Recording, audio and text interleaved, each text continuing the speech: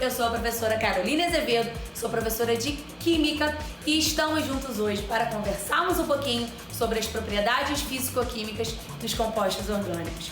Está começando mais um Cai no Vestibular.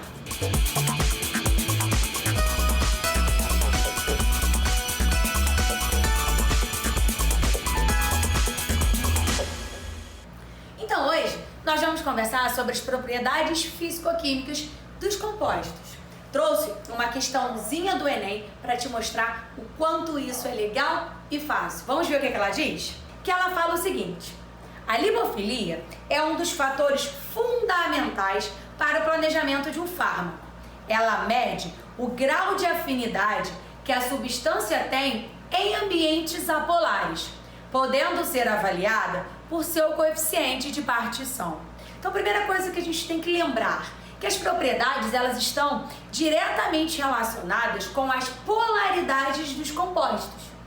Todas as vezes que você escutar falar sobre lipofilia ou sobre hidrofóbico ou sobre lipossolúvel, essas três palavras elas estão relacionadas com substâncias apolares.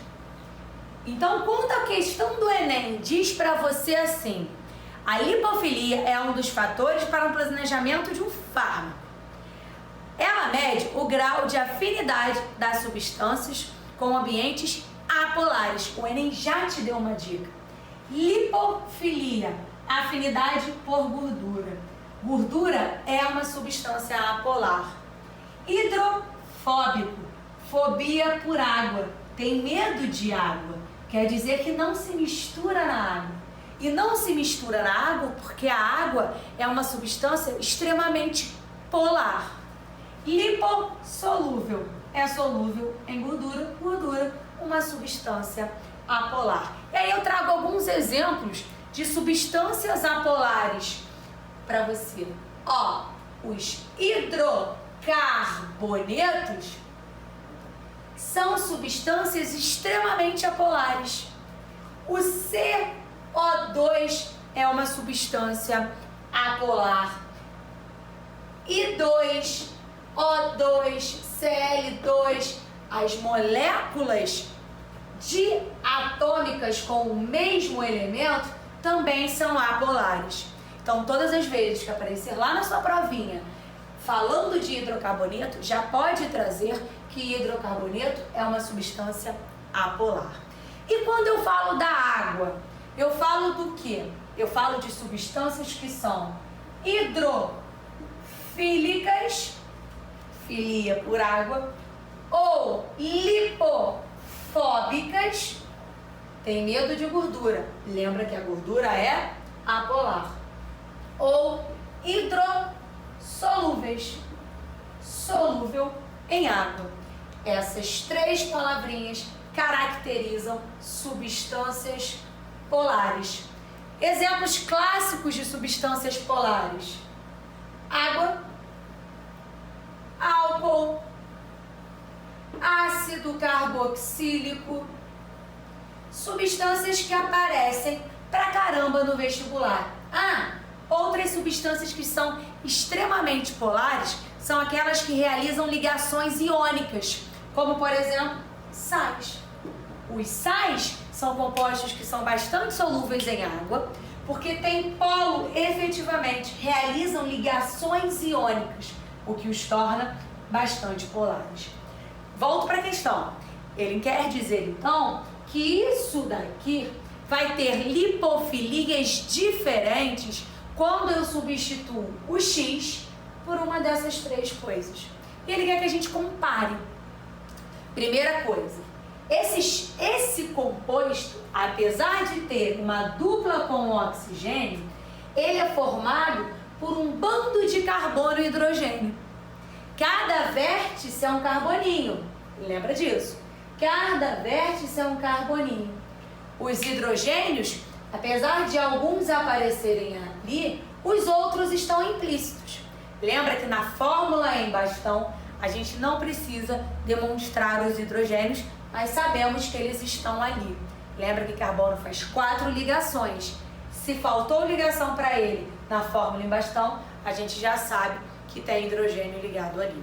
Então eu tenho o hidrocarboneto, apesar de ter o dupla O, eu tenho uma cadeia bem grande de carbono e hidrogênio. Então essa molécula, ela já é muito apolar, beleza? Então essa molécula, ela já é uma molécula bastante apolar, bastante lipofílica, bastante hidrofóbica. Quando você substitui X pelo OH, ou seja, pela hidroxila, hidroxila também é sinônimo de polaridade. Lembra que todas as vezes que o hidrogênio fizer ligações com flúor, oxigênio e nitrogênio, eu estou falando de ligações de hidrogênio, que é uma interação entre substâncias polares. Opa, então eu tenho ali na testosterona uma ligação de hidrogênio. É o hidrogênio ligado ao oxigênio. Você acabou de falar para mim, Carol, que quando eu tenho uma ligação de hidrogênio, a minha molécula se torna um pouco mais polar. Exatamente. Quando eu substituo o X pela hidroxila, eu estou aumentando a polaridade daquela molécula. Ou seja, eu estou diminuindo a lipofilia. Quando a gente substitui X pelo hidrogênio, a minha molécula continua sendo um hidrocarboneto. Eu só aumentei a quantidade de hidrogênio. Então, quando eu substituo X por um hidrogênio, eu continuo com a polaridade mais baixa, ou seja, com uma grande lipofilia. Aí, quando eu substituo o X por CH3, eu torno aquela molécula muito mais apolar. Eu estou aumentando a quantidade de carbono e hidrogênio. Eu estou aumentando a cadeia do hidrocarboneto. Então, eu tenho ali ainda mais um abaixamento da polaridade e um aumento da lipofilia.